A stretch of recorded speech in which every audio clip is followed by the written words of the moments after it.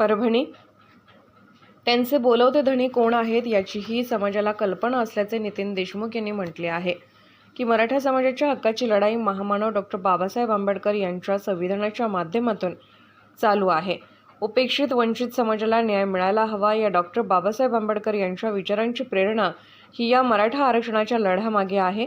हे मराठा योद्धा मनोज जरांगे पाटील वारंवार सांगतात, तरीही आमदार गोपीचंद पडळकर हे फक्त राजकीय अभिनिवेश बाळगून जरांगे पाटील आणि एकूणच मराठा समाजाच्या विद्यमान आंदोलनाविषयी बोलत आहेत।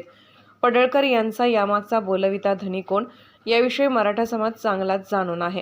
आमदार गोपीचंद पडळकर यांचे बोलवते धनी कोण वादग्रस्त विधान करून जातीजातीत भांडण लावून जातीय तेढ निर्माण करू नये नितीन देशमुख यांचा इशारा। त्यामुळे त्यांनी राजकीय हेतू बाजूला ठेवून या समाजाला कसा न्याय देता येईल ते पाहावे। आपल्या ग्रामदैवताची खोटी शपथ घेणाऱ्या गोपीचंद पडळकर यांनी मनोज जरांगे पाटील यांच्यासारख्या प्रामाणिक नेतृत्वावर आरोप करण्यापेक्षा स्वतः आत्मचिंतन करावे। आपण आपल्या जातीला न्याय देऊ शकलो नाही, उलट त्यावर राजकीय पोळी भाजून आमदारकी भोगली, सत्तापद मिळवले। याउलट मराठा योद्धा जरांगे पाटील यांनी स्पष्टपणे सांगितले आहे, मी कधीही राजकारणात जाणार नाही, राजकारणापासून दूर राहणार, माझ्या समाजाला आरक्षण मिळावे ही माझी प्रामाणिक अपेक्षा आहे। तीही लढाई लढताना मी कोणत्याही राजकीय पक्षांना व्यक्तींना सोबत घेऊन नव्हे तर सर्वसामान्य गोरगरीब मराठ्यांना सोबत घेऊन ही आरक्षणाची लढाई करणार आहे। कारण आरक्षण हे माझ्या गरीब मराठ्यांना पाहिजे।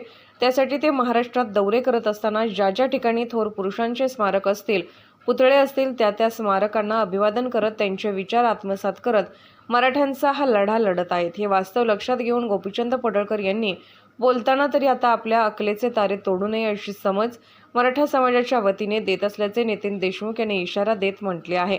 तसेच महामानव डॉक्टर बाबासाहेब आंबेडकर यांचे नातू प्रकाश आंबेडकर व केंद्रीय मंत्री रामदास आठवले यांनीही वेळोवेळी जरांगे पाटलांच्या मराठा आरक्षण लढ्याला समर्थन दिले आहे। तसेच मराठा समाजाला योग्यरित्या आरक्षण मिळवून देण्याचं काम मनोज जरांगे करतायत असेही ते स्पष्टपणे बोलत आहेत। मराठा समाज त्यांची न्याय हक्काची लढाई लढत असताना आम्ही त्यांच्या खांद्याला खांदा लावून सोबत आहोत असं अनेक दलित चळवळीतील नेते बोलत असताना गोपीचंद पडळकर यांना हे विधान करण्याचे कारण काय? गोपीचंद पडळकर यांनी आतापर्यंत ओबीसी समाजाचा किती गैरवापर केला, धनगर समाजाच्या आरक्षणाच्या बाबत किती चुकीच्या पद्धतीने काम केले आहे हे आम्हाला सांगायची वेळ येऊ देऊ नये।